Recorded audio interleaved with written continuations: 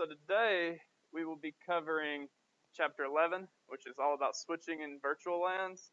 So it's an interesting chapter. We've talked about routing up to this point, kind of briefly going over switching, but we haven't gone in depth into it. So as you may would guess, that's really what today's lesson is all about, is really going in depth into the switching process. Talking about different switching services. Certainly we'll be going over some of that. Spanning tree protocol, how do we avoid problems with switching? VLANs, trunking, and switching features. So let's kind of introduce things. The book kind of goes a little bit confusing. If you read chapter 11, you might be a little bit confused. Basically, we have two different types of switches. Okay, we have layer 2 switches, which can be our traditional switches, and these can be managed. They can be unmanaged. Most switches are probably going to be unmanaged. However, in a network or a corporate environment, most switches are going to be managed. So what we're saying is we're only at the data link layer. So we're not focusing on any IP addresses in this. We're just focusing on MAC addresses. It says cares no IP addresses. Ignore that. Just understand it can only route via a MAC address. Does it have a MAC address? What does it do? Okay, then that's when it's going to act as a hub. It's going to send it out to everyone. So, it's going to be not IP aware. Now, if we have a layer 3 switch, that's where we're going to have some basic routing abilities. That's where we're going to be able to route via IP address if we need to. Still going to prefer MAC address. So, obviously, if you had the choice, you'd probably prefer to have a layer 3 switch. But, most of the time, like I said, you're going to have a managed layer 2. That's probably still going to be your most common options. And they're definitely going to be the most cost effective. Okay, why would a layer 2 switch be cheaper than a layer 3 switch? Basic market economics. If you got more features, more capabilities, it's going to be more demand for it. Therefore, charge more for it. Pretty basic there. And of course, we know that a router is going to cover layer 4. It's going to be about transporting. We're not just focusing on one WAN. We can go from WAN to WAN. Lots of different things we can do with a router that we can't even do with a layer 3 switch. So does that kind of address the overall what we're talking about with layer 3 versus layer 2? Anyone confused on that? This is probably the most important concept in the whole chapter. So like I say, layer 2 switch, you have to have the MAC address. And we'll talk about how we get that. So here's just a little flow chart. I don't know if this is in the book or if I found it online. I don't remember which. But either way, you kind of think about, how do I determine what type of switch I need? Well, think about something like this. You just have pure layer 2 demand. Why not just get a layer 2 switch? Very cost-effective way to handle things. You're not going to run into any issues. Okay, if you need to have multiple switches, maybe they're going to be daisy-chained or something like that. Well, obviously you can't do that with pure layer 2. So you have to use a multi-layer switch, which is going to be layer 2, layer 3. Enter VLAN stuff, getting kind of complicated there. Multi-layer. And then obviously, at some point on your network, what else are you going to need? What else do you need on a network? And a router, okay? Because, you can't really go from WAN to WAN without one now, can you? So, like I said, this is kind of a simplified version of things, but I think this should help address any confusion. So, got some different examples of pre-switching and early switching. So let's just kind of look at these topologies here. So right here, what's going on here? We don't have any switches, do we? Okay.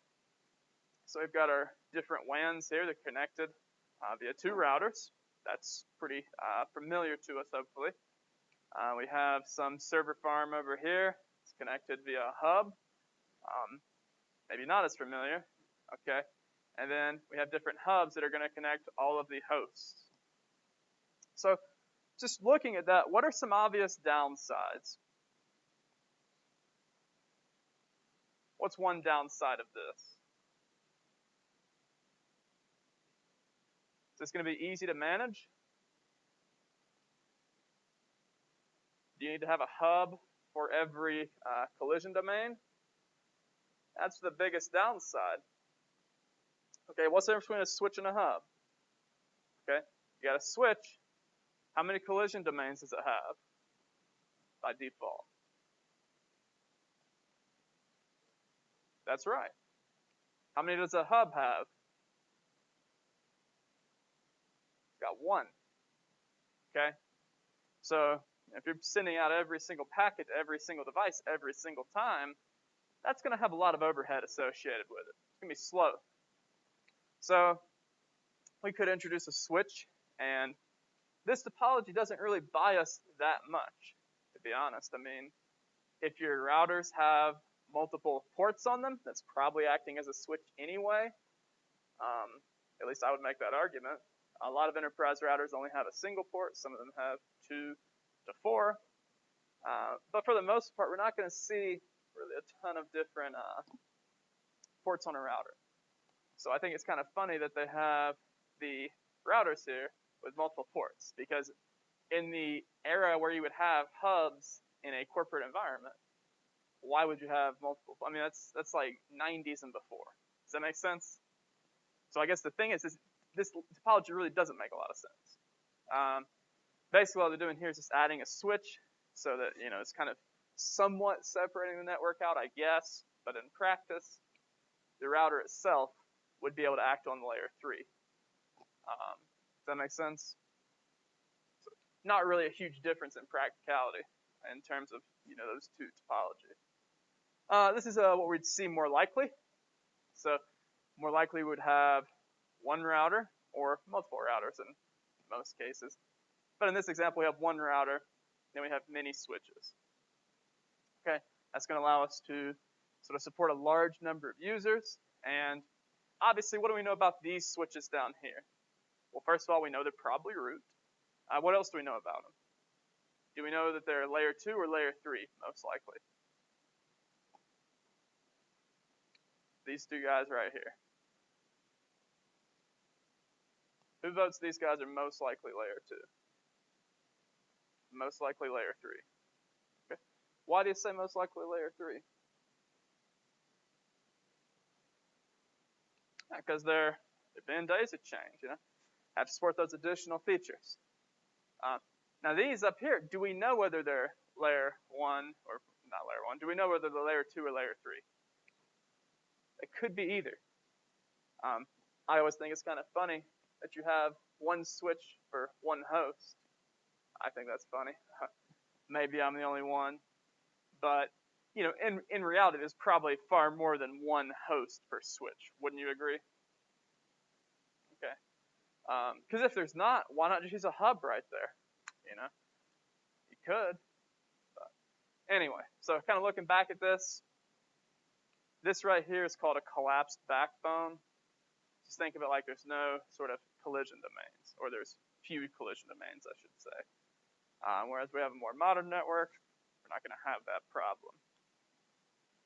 Okay, so like I said earlier in the course, we talked about how routers use sort of software-based stuff, whereas switches are going to use hardware-based. Okay, ASIC. If you ever mine any sort of crypto, you've probably come across ASIC miners. It's a dedicated hardware miner that's good for specific tasks. Okay, a microprocessor is good for many tasks. So if you contrast a router, it's got a microprocessor, and it's going to support a large number of things. What does a switch support? Even a layer 3 switch. Does it really support that many things? It supports a few, but not many. Okay? So like I say, when we're talking about layer 2, it is purely focused on using the MAC address. It's going to be lower cost, obviously. And, you know, it talks about it being faster. I disagree. Why would I disagree that layer 2 is inherently faster?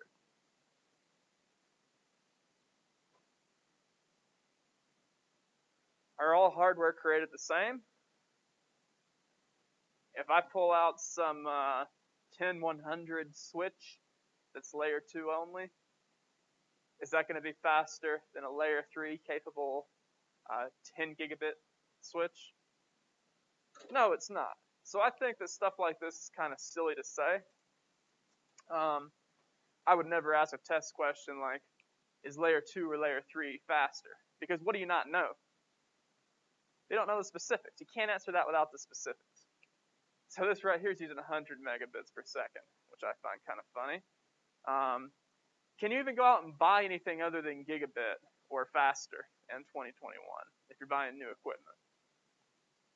I haven't seen it for the past 5 years, even on the consumer end of things. If you're buying old used equipment, sure. Some of the stuff in the lab is 100, 10, 100. But if I were buying new, I don't even think I could find 10, 100. So, to call it faster, I would have a lot of problems with that. Even let's say that the ports themselves theoretically support gigabit per second. Does that mean that the real world speed is going to be gigabit per second? We don't know. It could, or it could not. So, to say that one is faster than another, I think is not saying the whole picture. Okay? So, address learning, obviously if it's layer 2, we know it has to use MAC addresses. It has to have some way to find out those MAC addresses. Okay, that process is called address learning. So what it does is, as it sort of obtains these MAC addresses, stores them in a forward filter table. Okay. Looks like this. When you first power on a switch, does it know any of the MAC addresses that are attached to it? Has no idea. We see the forward filter table is empty. Okay, so if host A sends something to host B, it's going to learn those MAC addresses. Now, quick little note. These MAC addresses here are in a format that, kind of threw me off when I first glanced at it. Because basically, they're not looking at things, there's only one marker up here today. They're looking at things in groups of 4 instead of groups of 2. So, traditionally I think of more like xx.xx.xx.xx, like this. That's how I think of a MAC address. Okay. They just did it a little bit differently. They did it in groups of 4 instead of groups of 2. Does that make sense? But it's still a MAC address. Okay, so let's say that it doesn't have the MAC address. What is it going to do? Well, obviously, if it's not having it inside the forward filter table, it's going to have to send it out to everyone. But the key here is that it skips the source because, why would it send it to the source? So if it came from the source and it's not the same MAC address as the source and destination, obviously it can skip that one port. But, like I say, it's going to act as a hub until it has forward filter table filled out. So, one of the downsides of this is that over time, it's going to flush those MAC addresses. So, it could be a theoretical possibility that, if you only send a packet every, let's say, 20 hours, maybe it acts as a hub the whole time. But will that really be that big of a downside? Okay, not really, because if you're sending that at gigabit speed, you're not really going to notice it anyway. It becomes a problem if you're sending out large amounts of transmissions, which, by default it's going to send out more than that, just doing the ICMP request. So basically that's how this process works. Any questions about it? Okay, so like I say, if it has the MAC, it's going to send it right there. If it doesn't, that's when it goes through that process I just described. So, it's kind of interesting to see the different MAC addresses it has here. If it doesn't have A, it's going to eventually get A. If it doesn't get A, it's not going to be able to send its stuff directly. So, that's really what you need to know about that. Okay, networking loops. This is an interesting topic to think about. We have networking loops. Imagine we had a switch and had a little bit of a mischievous streak, and we wanted to plug a cable from one port of the switch to another port of the switch. That's a loop, okay? That's one type of loop. Another type of loop, let's say that we had a wireless network and a wired network that are on the same collision domain. It's not best practice, but it can certainly happen. If you connect both a wired and wireless at the same time, what's that going to cause? It's going to cause a loop. Okay, assuming that they're both on the same collision domain. So, it's not something you need to worry about too much, but be aware of it. Okay, the reason you don't need to worry about it too much, we have loop avoidance. Okay, we're going to talk about the tree in a little bit, but just understand that if we don't have loop avoidance, what we're going to have is a broadcast storm. And if you guys read the book, it talks about another term that's a little bit offensive, but you can probably put two and two together as to what that may be. Okay, I would not use such language. Use whatever language you want. Okay, so basically what that happens there is that we have a frame that's going to be just continually sent throughout the network. And that can cause a lot of problems for us because what do we know about this? Okay, can other stuff be transmitted at the same time? Not really. At least not across the same collision domain. So in that case, what's that going to do to our performance? It's going to tank it. So we want to make sure that we have ways to stop that transmission in its tracks. And we'll talk about that in a little bit. Of course, we also have the example here. It's not a broadcast storm, but it's related. Or basically, it's going to be able to sort of send stuff between segments repeatedly, as opposed to sending it within a collision domain repeatedly.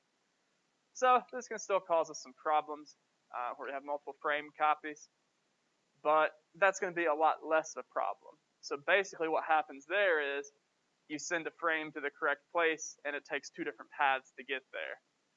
Okay? So yeah, it's slowing down the network, but not nearly as much as a broadcast storm would slow down the network.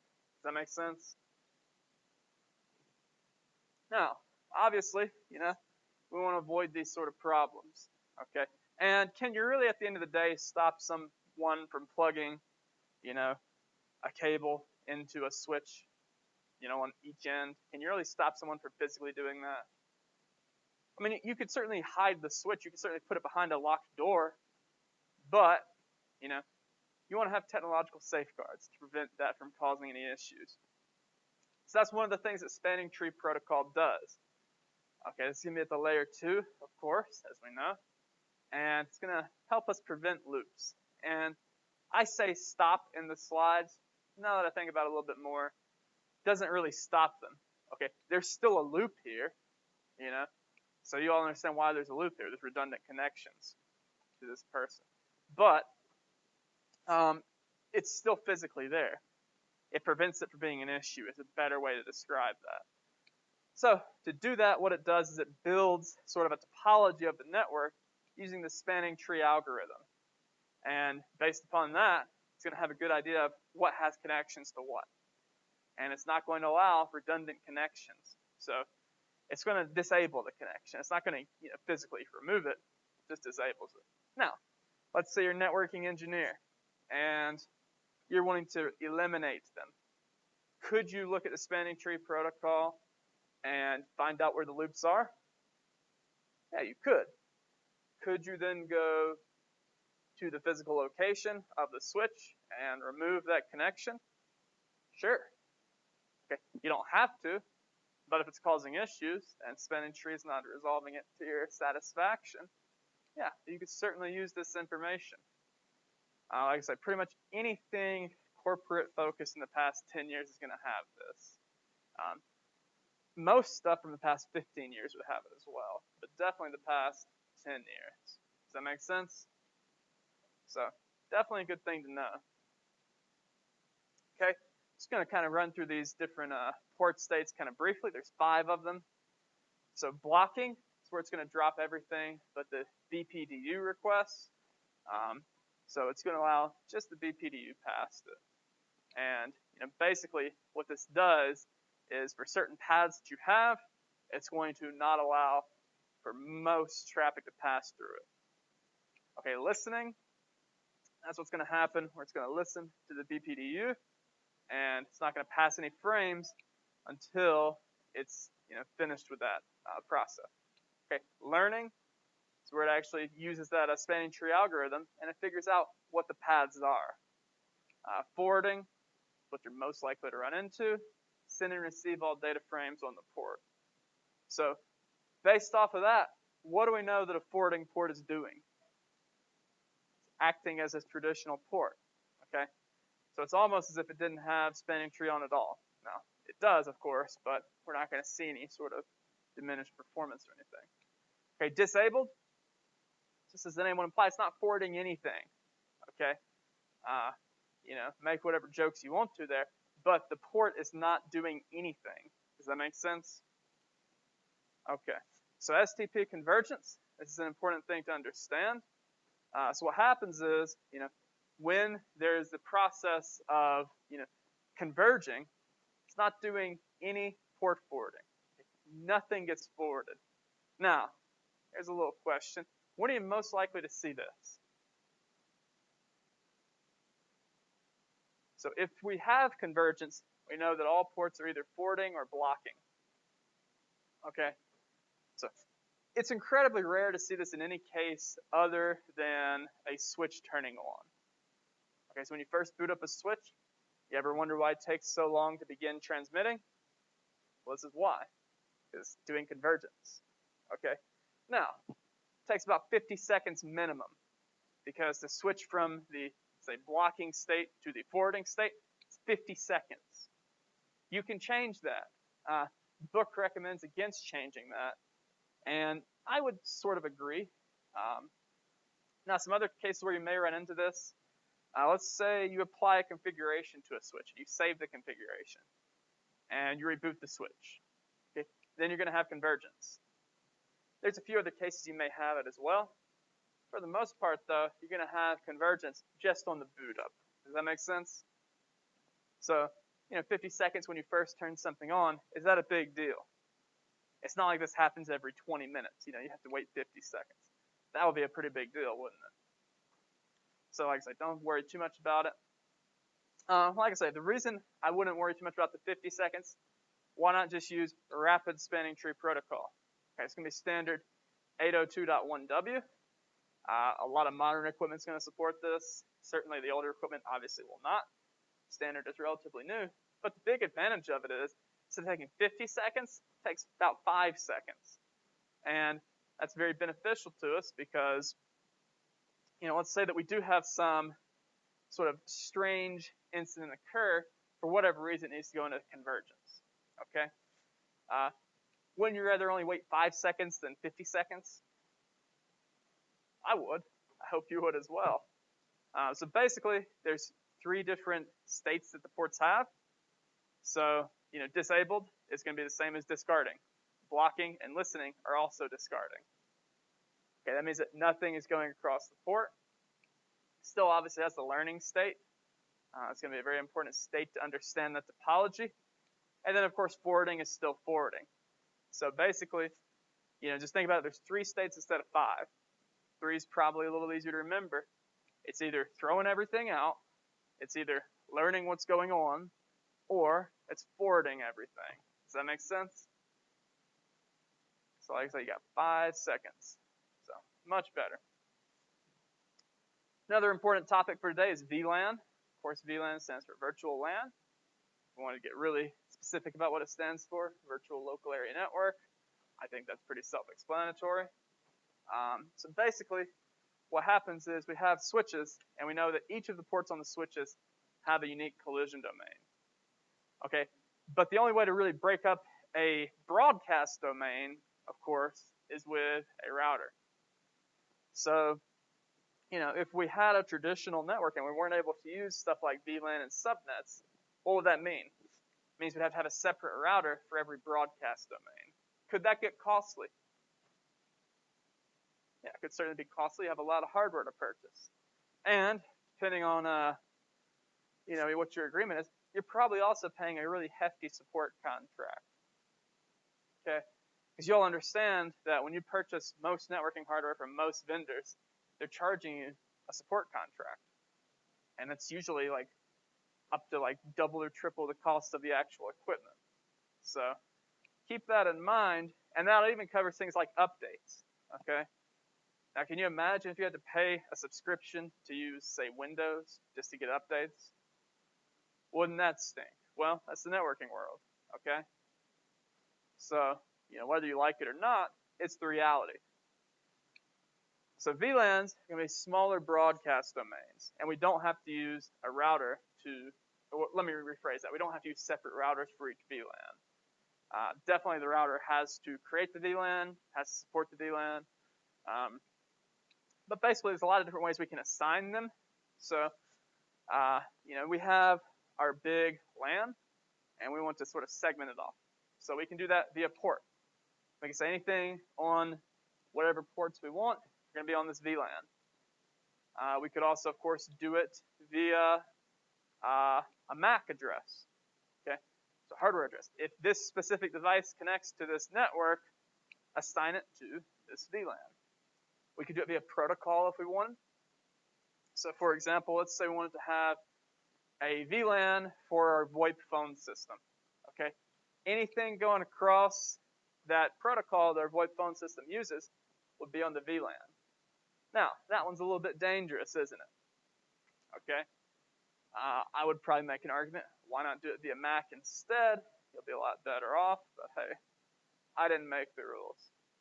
And there's one more way, or one more major way, that we can assign VLANs. Who can tell me what it is? Starts with an S. It's 4 letters.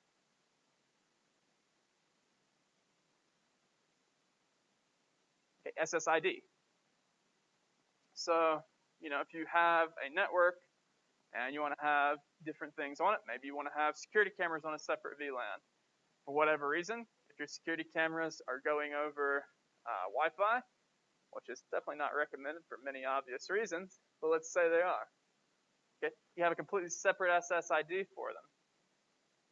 Okay, so anything on that SSID is going to be on the VLAN, if that's how you configure it, of course.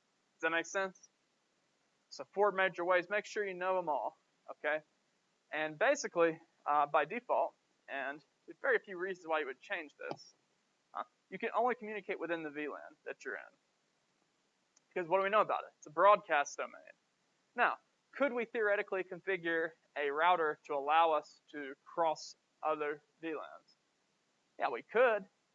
But when the primary purpose of a VLAN is to segment and, I hesitate to use the term enhanced security, but let's say that you don't trust certain IoT devices, okay? And you want to put them on a completely separate network. Well, you got a couple options. Okay, you could go out and buy different routers. That's certainly an option. But what's the problem with that? Okay, number one, it's going to be hard to manage. You have a bunch of different hardware. Number two, your energy consumption is going to be higher. Your hardware cost is going to be higher. That's really not a great way to do it, is it? Okay. Much better way would be a VLAN. So, like I said, there are very few reasons why you would have VLANs communicate with each other, at least directly. Okay. Any questions so far? So another thing to understand is quality of service. And basically the whole point of quality of service is to establish some sort of a prioritization of maybe different devices, maybe different ports, maybe different protocols. And there's a couple things to consider. Delay, you want to avoid that in some cases. Maybe other cases you don't care as much. Drop packets. Again, depending on the protocol, that could be a huge problem. Let's think about our good friend, the CHAD UDP. Okay, if there's a lot of drop packets, is that going to work well? So let's say you're on a voice call that's using our good friend UDP, and it's dropping packets on us. Okay, what does that mean? What would that voice call sound like? Be very broken up, exactly. So, it's quite common in enterprises to have a separate VLAN that has quality of service applied to it for things like VoIP. Okay, because if you're talking on a phone, it's not pleasant to have any problems. You want it to be like you're talking in person. Okay, you want it to be very clear. You want it to be not having a big delay. Hey, you guys ever talked on a phone call where you've got like a second delay? what happens? You talk over each other the whole call. Is that frustrating? That's pretty frustrating. We can avoid that with quality of service. Okay, and then lastly, this one will be kind of funny actually, out of order delivery. Okay, so if you're doing a call and you're getting out of order delivery, you know, not only is it going to be broken up, it might be saying some crazy stuff too. So we can avoid that with quality of service. Like I said, there's lots of different rules we could apply. It's going to depend upon the situation as to what rules we may choose to apply. But for the most part, you know, your end host machines, they're probably going to be one of the lowest priorities you have. Okay, your servers are definitely going to have a higher priority. Okay, because the host machine at the end of the day, how many people does that affect? One person for the most part. Okay, if a server has issues where it has delay, how many people does that affect? The entire organization. Okay, and if a phone is having problems, and you know, typically we don't give a phone a ton of bandwidth. Okay, phones can use just a tiny little amount of bandwidth, but they need to have that tiny amount be very reliable. Okay, so make sure you understand that. Any questions about quality of service? Okay, so two different types of ways to assign VLAN participation, static and dynamic. Hopefully this is pretty self-explanatory, but I'll go through it. So static, you're manually telling it these devices go to these VLANs. So obviously it's going to be manual assignment. It says by port, but it could also be by MAC address. Okay, because in either case, you're manually assigning participation. Okay, and you could probably also make an argument that SSID is a static assignment because the entire SSID is assigned to a VLAN. Ergo, any host that connects to that SSID is going to be on that VLAN. So you could probably make that case. Dynamic is going to be, I say, by MAC. I'm going to disagree with myself there. I think that MAC assignment would be not dynamic. I don't know why I put that there. You know, no one's perfect, I guess. Most of the time it's going to be by protocol. And you could probably make an argument for location-based. That'd be a little bit tricky to do, but it's possible. You know, it's certainly, there are cases where you may want to do that. Like maybe you assign different access points in your organization, whichever one you're connected to would have a different VLAN. That would probably be considered dynamic as well, assuming that they have the same SSID. So again, you're getting into this pretty complex territory. You're not likely to do that. There are certainly some cases where you may, but you'll cross that bridge when you get there. Okay, so VLAN trunking protocol, VTP, that's what makes it all possible. Okay, if we didn't have this, we wouldn't really have VLANs. So basically, trunking is simply having a port and having it be able to support multiple different things on it. So this term is mostly used in the telephone industry. Okay, so you got trunking. You have one physical port, and it can control multiple calls at a time. Does that make sense? So imagine if the phones didn't have trunking. Okay, you guys remember, well, no one remembers the days of party lines. I was about to ask if you guys remember the days of party lines, but of course we don't. Basically, party lines, you guys heard of them though, right? Okay, so you have one phone line for the neighborhood. Okay, you pick up the phone, if someone's talking on it, what can you do? Okay, you can eavesdrop on their conversation. That's a little bit different than wiretapping. Okay, wiretapping, not really possible. Well, let me rephrase that. Not possible in the way it was possible in modern day. Still obviously possible in certain ways, but just make sure you understand trunking is talking about being able to have one sort of connection have multiple things going across it. Very important. So, in the concept of VLANs, VLAN trunking, we have one port, could contain up to 4,094 VLANs. Is that a lot of VLANs or what? Okay, I don't know of any case where you'd ever need anywhere near that many. But you have the ability, okay? Most of the time you're going to have just a handful of VLANs. It's going to be pretty easy to manage if there's only a few. Can you imagine managing 4,000 different VLANs? Oh, wouldn't that be a nightmare? Maybe not. Maybe that's what you dream of. Who knows? Anyway. So what we have is VTP. It's going to allow us to do a lot of different things with VLANs. The main thing is consistent configuration. It's going to really streamline the whole configuration process, make it very easy. In Packet Tracer, it's probably pretty easy to manage VLANs. Okay, create a subnet, assign that subnet to a VLAN. Done. Okay, pretty straightforward, huh? Okay. More importantly, though, for managing is that it's going to allow us to sort of easily gather information about which VLANs are active, what's going across them, dynamic reporting, obviously that's important, and then also, of course, plug and play VLANs. So this is very beneficial for corporate environments because let's say that you get a request to create a new VLAN. Okay, so for example, I made a request to create a VLAN for our networking lab. Okay, I didn't want the equipment in there to be messing with the Fort Lewis network. So plug and play means you don't have to reboot it to apply it. Okay, is that a good thing for a corporate environment? Why is that a good thing? Okay, you want to minimize downtime. You don't want to have a big 5-10 minute outage in the middle of the day. Okay, that's interfering with the whole organization. So VTP allows it to be plug and play. It's like imagine if you had a computer that were using PS2 for its mouse and keyboard connections.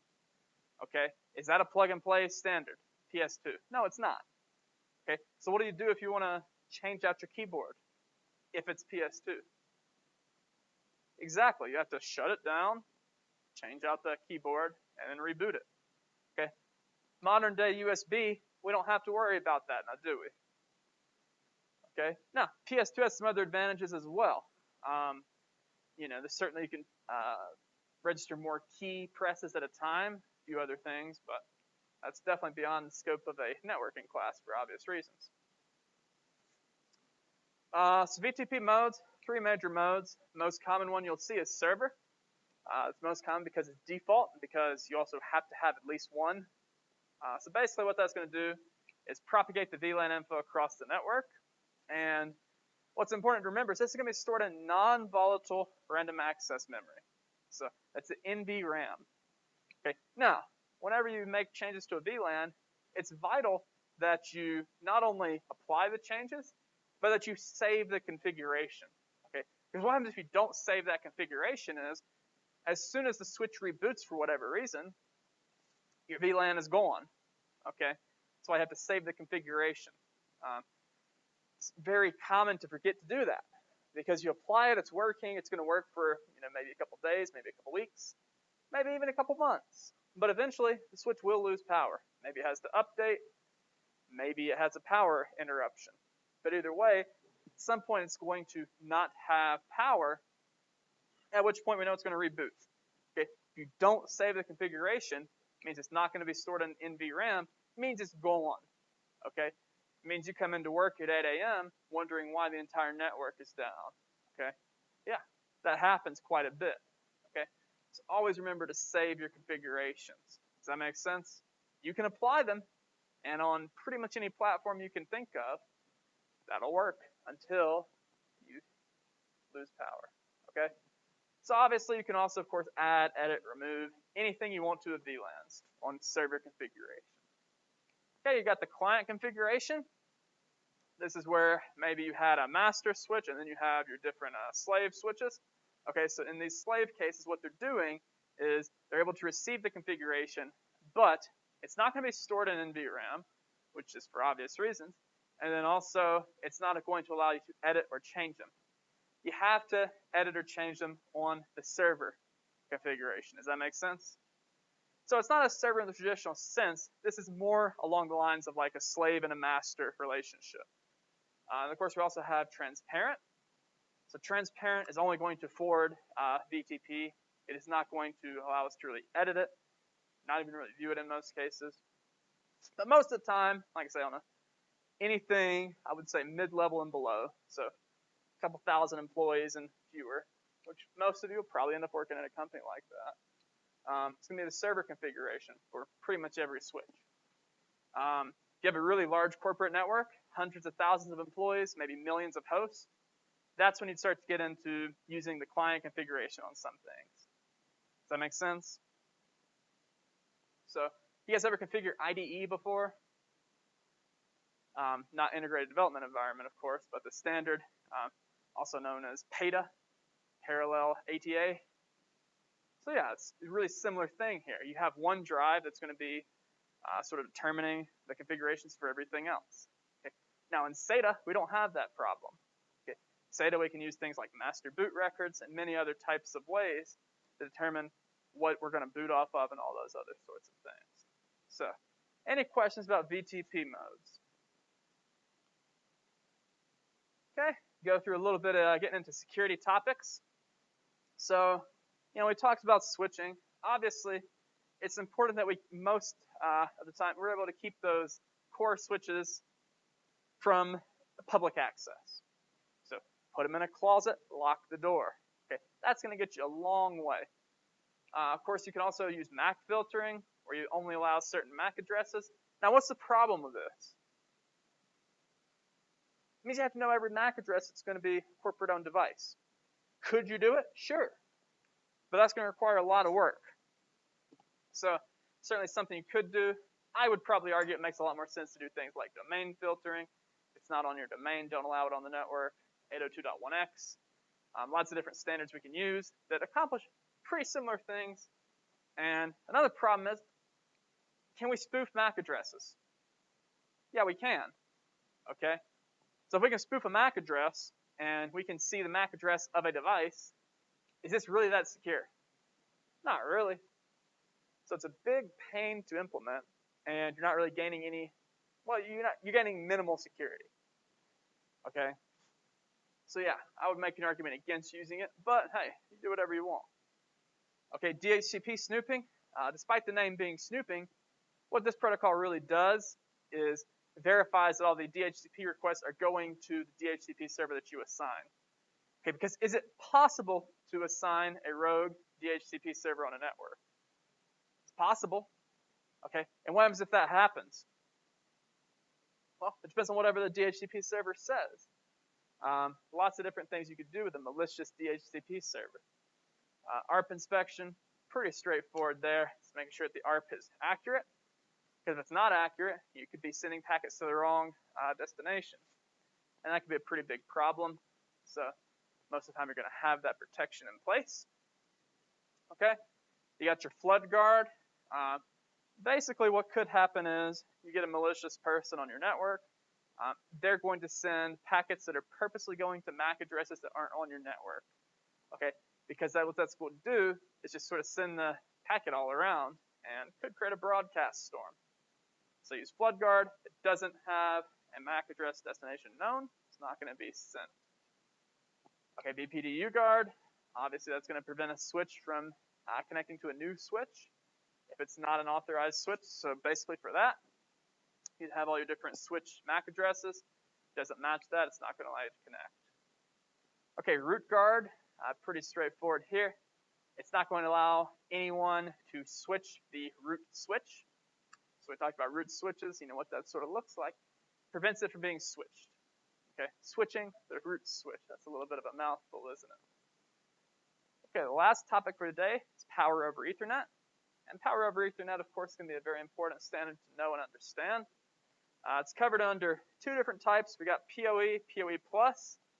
Okay, so PoE is going to allow us to have 15 watts. It's going to be using one pair, so two cables. So we know right off the bat that modern Ethernet on unshielded twisted pair has basically a total of 4 pairs and 8 individual cables. Okay, so with PoE, we're using 2 of those. So 2 cables, 1 pair. Gives us 15 watts. Okay, now with PoE+, which is of course going to be the 802.3AT, it's going to be using 2 pairs.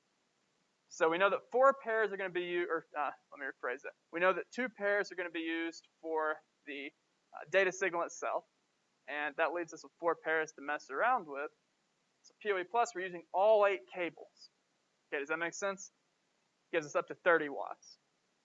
So hypothetically, you could power a switch with PoE. Okay, there are certainly PoE switches. Now, having said that, you'd have to come off of a PoE device.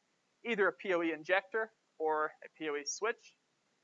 And there's a lot of advantages to doing this, not necessarily for power and switches, but if you're running security cameras, if you're running access points, you almost always want to power them with PoE.